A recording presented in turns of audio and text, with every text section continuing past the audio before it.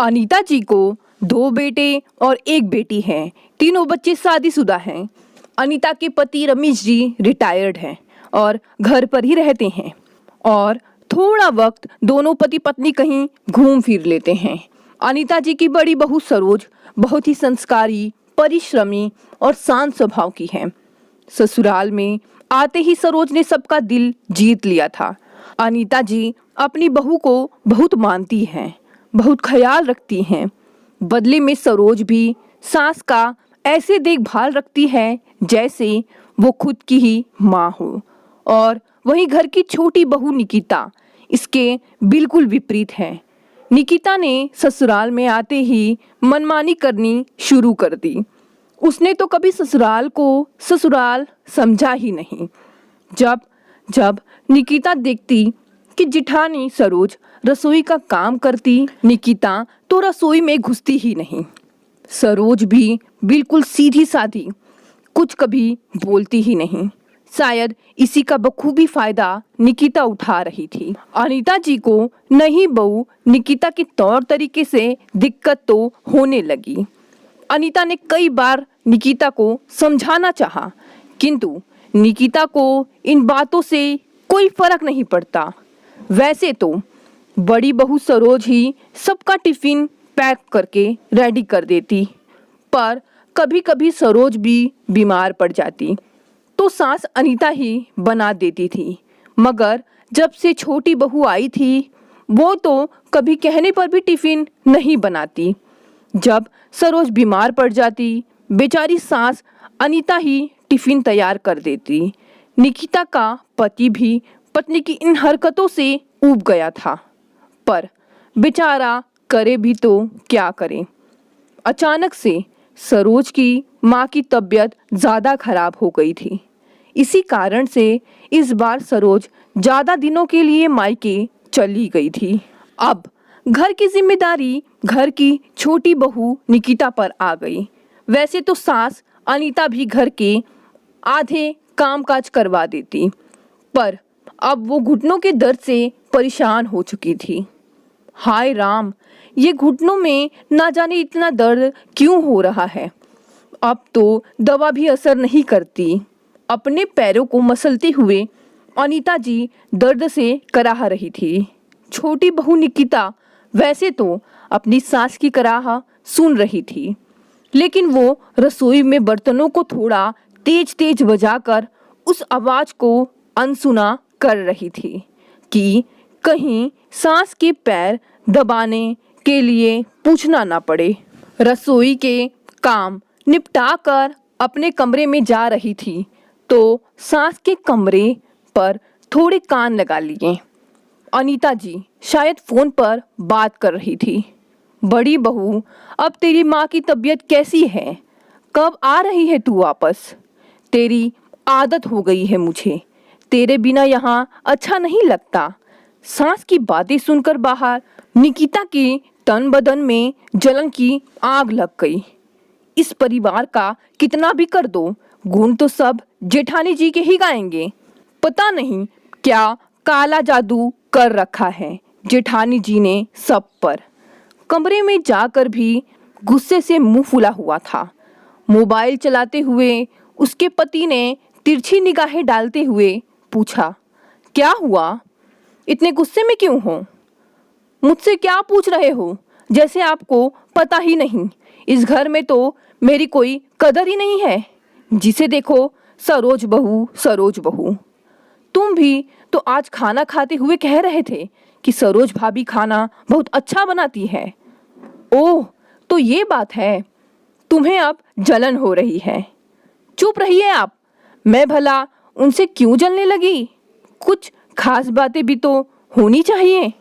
उनमें ऐसा क्या है? ना ज़्यादा पढ़ी लिखी हैं और ना ही कोई रूप सुंदरी है। मुझे तो समझ नहीं आता आप सबको उसमें क्या दिखाई देता है। आपकी माँ का तो जेठानी जी के बिना मन ही नहीं लगता। जेठ जी भी आपसे कम ही कमाते हैं, फिर भी पता नहीं क्यों घर में जेठानी जी का ही राज चलता है।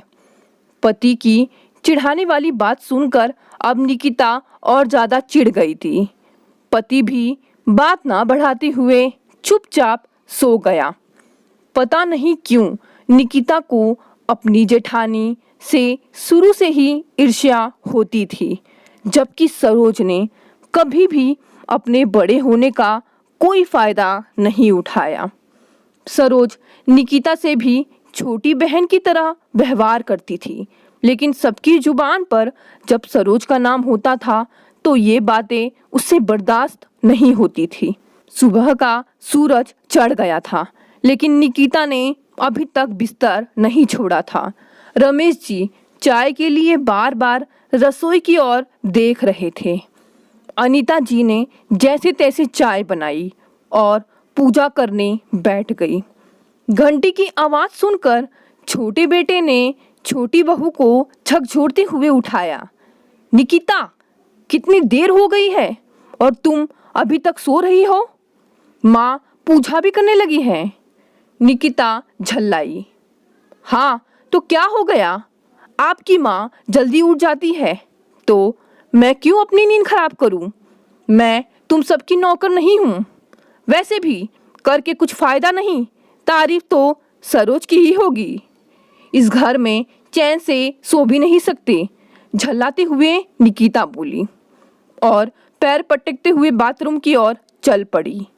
नाश्ते में उसने सिर्फ ओट्स बनाकर रख दिया। अनीता जी ने देखा तो प्यार से समझाते हुए बोली, छोटी बहू, तुम्हारे ससुर जी को सुबह सुबह सब्जी रोटी खाने की आदत है। सरोज बहू तो रोज रोटी और सब्जी बनाती है। इतना सुनते ही निकिता बोल पड़ी, जेठानी जी को बस वही बनाना आता होगा। समय के साथ इंसान को अपनी आदत भी बदल लेनी चाहिए। जेठानी जी चाहे कुछ भी बना दे, सब चुपचाप खा लेते हैं। सारा भेदभाव बस मुझसे ही होता है इस घर में। अनीता जी ने आगे कुछ नहीं कहा, लेकिन उन्हें छोटी बहू का ऐसा कहना अच्छा नहीं लगा। उन्होंने खुद ही अपने पति के लिए 2 रोटी बना दी। अगले दिन अनीता जी की बेटी राशि आ गई। आते ही पूछने लगी, अरे माँ, सरोज भाभी अब तक नहीं आई क्या? उनसे मिलने का बहुत मन हो रहा था। नहीं बेटा, बड़ी बहू की माँ की तबीयत खराब है। कह रही थी कि जैसे ही थोड़ी ठीक होंगी मैं आ जाऊंगी। वैसे भी उसे 2 साल हो गए थे मायके गए, थोड़े दिन रह आएगी। हाँ माँ, वैसे भी बड़ी भाभी तो कहीं जाती भी नहीं है। इस बार निकिता भाभी आ गई है ना, तो ऐसा लगता है वो निश्चिंत होकर मायके गई है। मुस्कुराते हुए ननद राशि बोली। 4 दिन बाद राशि वापस जा रही थी तो अनीता जी ने निकिता से कहा, छोटी बहू, राशि ससुराल जा रही है। कोई नई साड़ी भी अभी मेरे पास नहीं है।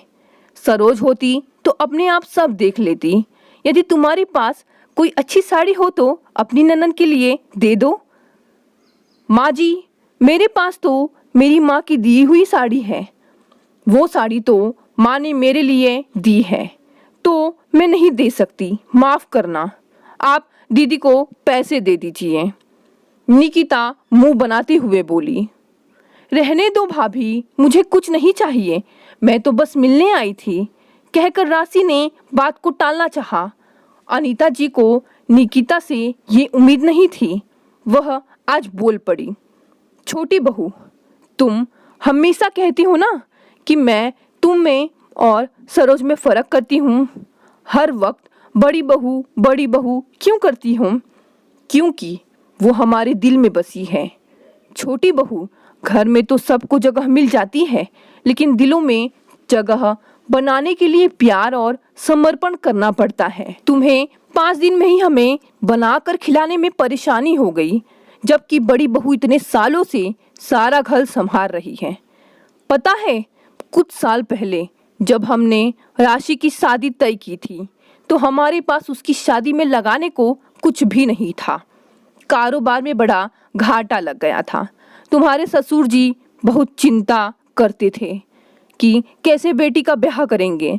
उस वक्त सरोज बहू ने अपने सारे गहने लाकर तुम्हारे ससुर जी के हाथों में रख दिए थे और कसम देते हुए कहा कि पिताजी आप चिंता मत करिए, इनसे जितना बन पड़े राशि की शादी में लगा दीजिए। छोटी बहू गहने तो थोड़े बहुत दोबारा बन गए, लेकिन आज तक उसने कभी अपने गहनों का जिक्र भी नहीं किया। मैं ये नहीं कह रही कि तुम उससे अपनी बराबरी करो, लेकिन बहू परिवार में सब एक दूसरे के पूरक होते हैं, एक दूसरे का मान सम्मान करते हैं, तभी एक परिवार खुशहाल परिवार होता है, नहीं तो परिवार को बिखरने से कोई नहीं रोक सकता। यह सब सुनकर निकिता की नजरें झुक गई। उसके पास बोलने को शब्द नहीं थे। निकिता के दिल से सरोज के प्रति ईर्ष्या खत्म हो गई।